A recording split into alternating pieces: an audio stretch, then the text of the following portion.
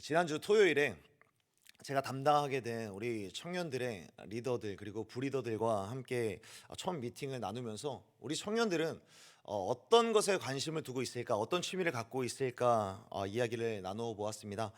그 중에 몇몇 청년들이 저의 관심사 그리고 저의 취미와 비슷한 것들이 있어서 제 스스로 내적인 어떤 친밀감이 좀 형성이 되었는데요. 그 취미는 바로 드라마 몰아보기였습니다. 예전의 드라마부터 종영된 드라마부터 현재 방영하는 드라마까지 요즘에 뭐 재벌집 막내 아들인가요? 이런 드라마가 좀 인기가 있다고 하는데 다양한 드라마를 좋아하더라고요. 여러분들은 어떠세요? 혹시 드라마 좋아하시나요? 여러분들은 일일 드라마, 뭐 내 눈에 콩깍지 같은 드라마 좋아하시죠? 사람들이 굉장히 재미있어하고 사람들의 이목을 끄는 드라마들을 손꼽아 보면 이런 공통점이 있는 것 같습니다. 그런 드라마에는 악역이 늘 존재하고 이 악역에게 늘 억울한 일을 당하는 그런 선한 역할이 공존한다라는 그런 공통점이 있습니다.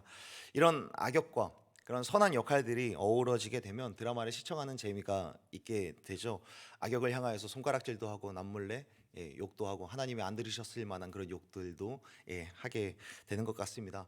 그렇지만 이런 드라마의 묘미, 클라이막스는 또 이런 부분이 아닌가 생각을 해봅니다. 제가 뭐 아예 다 보진 않았지만 내 눈에 콩깍지라든지 그런 재벌집 막내 아들이라든지 이 드라마에도 분명히 나올 겁니다. 얼마 전 종영된 1,000원짜리 변호사인가요? 그런 드라마에도 이런 내용이 있었는데 억울한 사람들을 도와주는 것과 동시에 악역들에게 한 방씩 먹여주고 이 악역들이 천천히 무너지고 결국에는 정의는 승리한다라는 그런 메시지가 있을 때에 우리들은 거기에 마음의 위안을 얻고 거기에 또 재미를 느끼게 되는 것 같습니다. 인과응보, 사필규정, 어떤 권선징악이라고 하는 그런 결론을 향하여서 가기 때문에 여기에 대해서 우리들은 우리 애들의 마음은 좀 시원하게 되는 것 같고 정의는 역시 승리한다라는 그런 메시지에 흡족해하는 그런 모습이 우리들 가운데 있다라는 것이죠. 그런데 이러한 드라마를 보면서 좀 한 가지 씁쓸한 것 그리고 한 가지 아쉬운 것이 있다면 이런 인과응보, 권선징악과도 같은 이야기가 드라마에서는 나오는데 우리가 살아가고 있는 이 현실에서는 잘 나오지 않는 것 같아서 잘 이루어지지 않는 것 같아서 우리들은 참 아쉽게 되는 것 같고 좀 맥 빠지게 되는 그런 씁쓸한 현실이 아닌가 생각을 해보게 됩니다. 오늘 본문이 그렇습니다. 오늘 본문은 인과응보의 규칙이라든지 어떤 권선징악의 흐름이 이 땅에서는 일어나지 않을 뿐 아니라 더 나아가서 계속 악인들이 득세하고 이런 악인들이 승승장구하는 그런 모습을 이 해 아래에서 굉장히 쉽게 목격하게 된다라는 것을 성경은 가르쳐 주고 있습니다. 분명히 이 악한 일을 저질렀는데 이 악한 일에 대하여서 반드시 징벌을 당해야만 할 것 같은데 그리고 무엇보다 정의로우신 하나님이 살아 계신다면 반드시 심판이 일어나야 할 것 같은데 그렇지가 않은 거죠. 이 악인들이 아무런 일도 일어나지 않고 오히려 득세하게 되면서 이 악인들이 죄를 짓는데 조금도 거리낌이 없어지고 서슴지 않고 계속해서 죄를 짓게 되어버리니까 죄의 악순환이 계속 이루어지는 것 뿐만 아니라 이런 악인들의 이런 득세와 이런 죄들로 인하여서 결국 이로 인하여서 선한 사람들이 피해를 보게 되고 이렇게 구절에서 말씀하고 있는 바와 같이 사람이 사람을 주장하여서 해롭게 하는 일들이 이 세상에는 너무나도 비일비재하게 일어난다라는 점을 오늘 성경은 꼬집고 있습니다. 다윗 역시 무수히 많은 시편에서 토로하고 있는 바가 무엇입니까? 내게 내린 징벌을 이제는 악한 사람들에게 돌려달라는 겁니다. 내가 왜 저 악한 사람들의 비난의 화살과 질투의 화살을 내가 다 받아야 합니까? 하나님 이제는 이 징벌을 저 악한 사람들에게 내려주십시오 라고 토로하고 있는 것이 수많은 시편에서 기록되어지고 있습니다. 그럼에도 다윗의 가슴을 더 옥죄어 오는 것이 무엇입니까? 변하지 않는다라는 거예요. 악인들은 더 승승장구하는 것만 같으니까 다윗은 더 마음이 아픈 것이죠. 그렇습니다. 사랑하는 여러분, 사람의 눈에 보기에는 그리고 17절에서 보는 바와 같이 아무리 지혜에 통달한 사람이라고 할지라도 지혜자의 눈에 보기에도 이런 겁니다. 해 아래에서는 악인들이 득세하고 권선징악의 부재가 확연히 눈에 띌 수밖에 없다라는 것입니다. 우리가 사는 이 세상에서 이런 일들이 계속해서 보여지는 것은 부정할 수 없는 사실이라는 것이죠. 그렇지만 사랑하는 여러분, 이런 현실일지라도 우리가 좌절하지 않을 수 있는 이유, 우리가 낙심치 않을 수 있는 이유, 우리가 소망을 품을 수 있는 이유는 어디에 있습니까? 바로 예수 그리스도의 심판은 반드시 있다라는 사실을 믿기 때문에 우리들은 소망을 품을 수 있는 줄로 믿습니다. 누가복음 16장에는 부자와 나사로의 이야기가 담겨져 있습니다. 예수님께서는 부자와 나사로, 부자로 살았던 사람과 거지로 살았던 나사로라고 하는 이 사람에 대하여서 이야기를 하고 있는데, 이 두 사람은 해 아래에서 한 사람은 부자로서 끝까지 부자로 살다가 죽었고요, 한 사람은 거지로서 끝까지 거지로 살다가 죽은 이야기가 나오고 있습니다. 그런데 예수님께서 이 이야기를 하신 요지는 무엇일까요? 반드시 심판은 있다라는 이야기입니다. 우리는 반드시 죽음이라고 하는 문을 열고 영원한 삶으로 나아가게 될 텐데, 죽음이라는 문을 열고 새롭게 시작되는 그 영혼의 세계 속에서 과연 우리들은 어떻게 살아갈 것인가에 대해서 예수님께서는 말씀해 주시고 있는 겁니다. 죽음 이후에 영원한 삶이 있다는 것을 이야기하시고자 부자와 나사로를 이야기를 하신 것이죠. 물론 부자라고 해서 악한 것이 아니고 거지라고 해서 선한 것은 아니지만, 이 말씀에서 분명히 말씀하시는 것은 두 사람 모두 심판대 앞에 섰고, 한 사람은 아브라함의 품에, 한 사람은 음부 가운데서 고통 가운데 있었다라는 점, 심판을 받게 된다라는 점을 확실히 하고 있는 것입니다. 이 세상 해 아래에서는 악인이 악을 행하고 또 죄를 짓고, 죄를 짓는 것을 두려워하지 않는, 그래서 하나님의 징계까지도 있는 것이 맞나라는 의심이 들 법한 일들이 있고, 그들로 인하여서 오히려 우리들 예수 그리스도의 피를 힘입어서 의롭게 여겨진 우리들까지도 피해를 입는 일들이 계속해서 다람쥐 쳇바퀴 돌듯이 돌아가지만, 그럼에도 우리의 시각을 영원이라고 하는 그 관점에 두게 된다면 오히려 상황은 역전되기 때문에 우리들은 소망을 품고 살아갈 봄직하다라는 것을 우리들은 성경을 통하여서 배우게 되는 것입니다. 사랑하는 여러분, 심판은 반드시 있습니다. 믿으십니까? 아멘. 부자가 죽음에 이르렀을 때에 자신은 꺼지지 않는 유황불에 불타면서 괴로워하고 있었지만, 하필 눈에 보이는 것은 아브라함의 품에 안겨져서 평안을 누리고 있는 나사로였습니다. 예수님은 분명히 말씀하시는 것이죠. 심판은 있다. 악한 이들은 징벌을 받게 된다.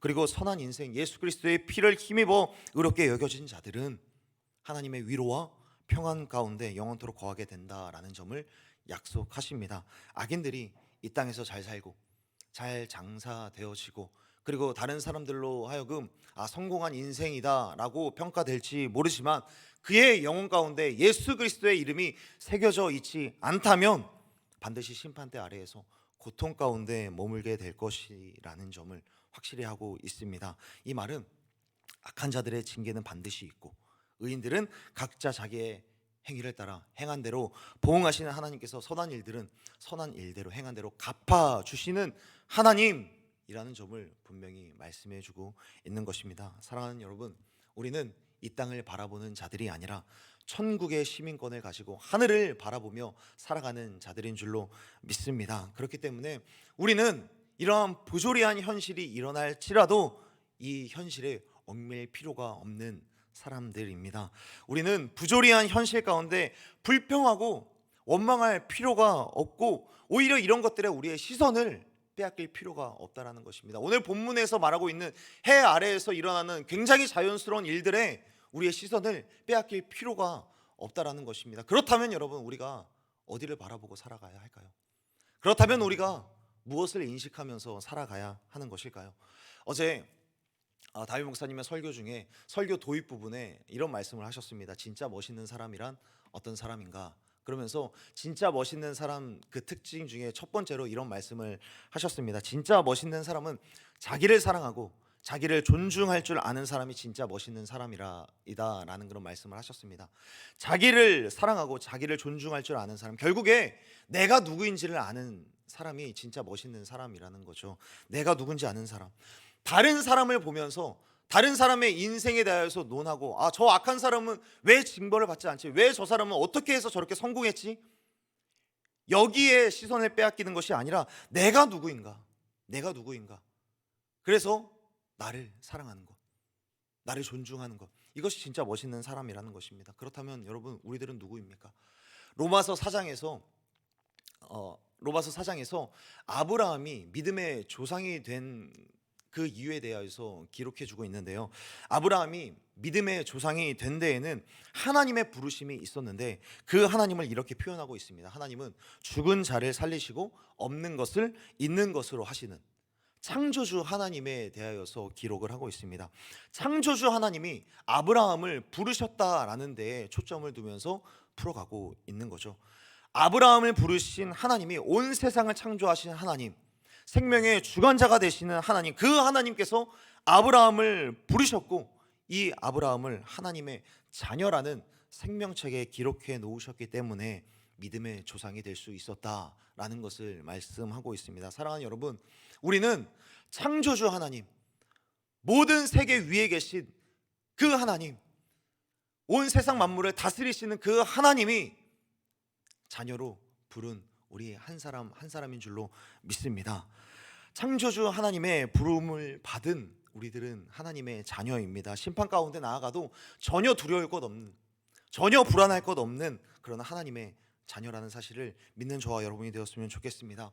고린도전서에서 사도 바울은 이야기를 합니다. 내가 다니는 곳곳마다 복음을 전하는데 있어서 굉장히 두렵고 떨렸다. 왜 두렵고 떨리는가? 하나님이 나를 부르셨다라는 사실이 말도 안 되는 거예요. 창조주 하나님이 나를 부르셨다고, 온 세계 위에 계신 만왕의 왕이신 하나님이 나를 하나님의 자녀로 부르시고 나를 귀히 쓰시겠다라고 나를 택하셨다고, 이 사실이, 이 감격이 말도 안 되는 거예요. 이 말도 안 되는 감격 속에서 내가 무슨 말을 해야 될지 모르겠다라고 사도 바울은 고백하고 있는 것입니다. 어떻게 그 하나님이 나를 부를 수 있어?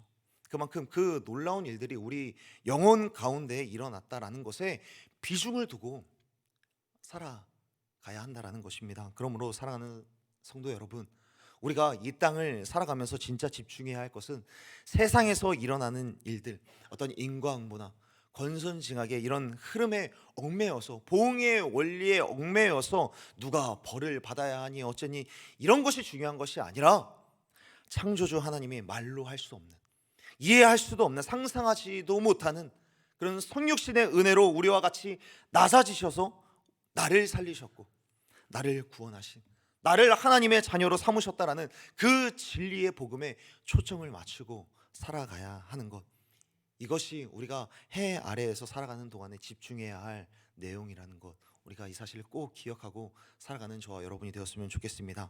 우리의 존재 자체가 하나님의 은혜이고 하나님의 지혜이고 하나님의 기뻐하심이고 하나님의 성실하심에 응축된 그런 존재라는 사실, 나라는 존재의 존귀함에 하나님의 자녀라는 이름이 넣어졌다라는 그 영광 속에 거한다면 악인이 득세하고 악인이 우리 가운데 어떤 피해를 주고 악인이 심판을 받든 그것이 중요하게 아니게 된다라는 점을 꼭 기억하는 저와 여러분이 되었으면 좋겠습니다. 말씀을 정리하겠습니다. 사랑하는 성도 여러분, 오늘 본문은 인과응보의 규칙이 일어나지 않는 이 세상에 대해서 말씀하고 있습니다. 그럼에도 우리는 이런 부조리한 현실 속에 얽매일 필요도, 그리고 이것 때문에 낙심할 필요도 없다라는 것을 말씀하고 있습니다. 왜냐하면 하나님은 반드시 심판하시기 때문입니다. 그리고 하나님의 자녀된 우리에게는 하나님의 영원한 샬롬으로 나아가는 길이 예정되어 있기 때문입니다. 그러므로 우리가 이 땅을 살아가는 동안에 나는 하나님의 자녀라는 사실, 이 세상에 어떤 모진 풍파와 풍랑이 일어날지라도 창조주 하나님이 나를 부르셨다라는 그런 사실을 확신하며 부조리한 현실에 시험 드는 것이 아니라 하늘을 바라보며 소망 가운데 살아갈 수 있는 저와 여러분이 되었으면 좋겠습니다. 그러므로 이 시간에 기도할 때에도 하나님, 우리가 보기에 부조리한 현실이 눈에 닥쳐올지라도 그것에 원망하고 불평하는 것이 아니라 하나님의 정의로우신 심판을 믿으며 살아가게 하여 주옵소서라고 기도했으면 좋겠습니다. 무엇보다 나를 자녀 삼으신 하나님의 은혜, 죽음 이후에 열릴 영원한 천국을 허락하신 하나님의 은혜에 감사하며 내가 누구인지에 관심을 두고 살아가는 그런 멋진 사람이 되게 하여 주옵소서라고 기도했으면 좋겠습니다. 오늘 하루도 이렇게 기도하며 나는 하나님의 자녀다라는 그런 정체성으로 하루하루 믿음으로 멋지게 살아내는 저와 여러분이 되기를 간절히 소원하고 축복합니다. 기도하겠습니다.